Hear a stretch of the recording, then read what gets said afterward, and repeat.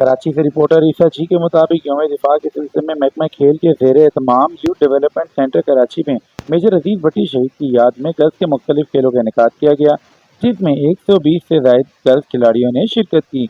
Major अजीज भट्टी शहीद की याद में मुनक्किदा गेम में गर्ल्स ने टेनिस, टग ऑफ वॉर और टेबल टेनिस के मुकाबलों के साथ साथ एथलेटिक्स के रिले इवेंट के अंदर भी शिरकत की।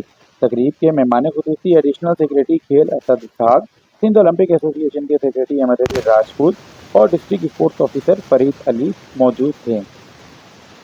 नताइज के मुताबिक गर्ल्स टेबल टेनिस में आसफा इकराम ने पहली, महविश फैसल ने दूसरी और नाज़ीन आसिफ ने तीसरी पोजीशन अपने नाम की। टेनिस में पहली पोजीशन अफशा फातिमा, दूसरी पोजीशन तहरीम फातिमा और तीसरी पोजीशन दुआ यूसुफ ने हासिल की।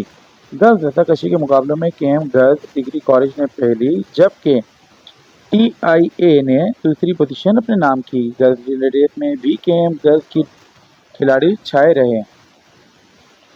कराची मुनक्किदा इवेंट्स में पोजीशन हासिल करने वाली दीगर खिलाड़ियों में मेडल्स और सर्टिफिकेट भी तकसीम किए गए। सिंध हुकूमत और वज़ीर खेल हुकूमत सिंध की जानिब से यौम दिफा के मौके पर सूबे के तमाम डिवीज़न में खेलों का इनेकाद किया गया है।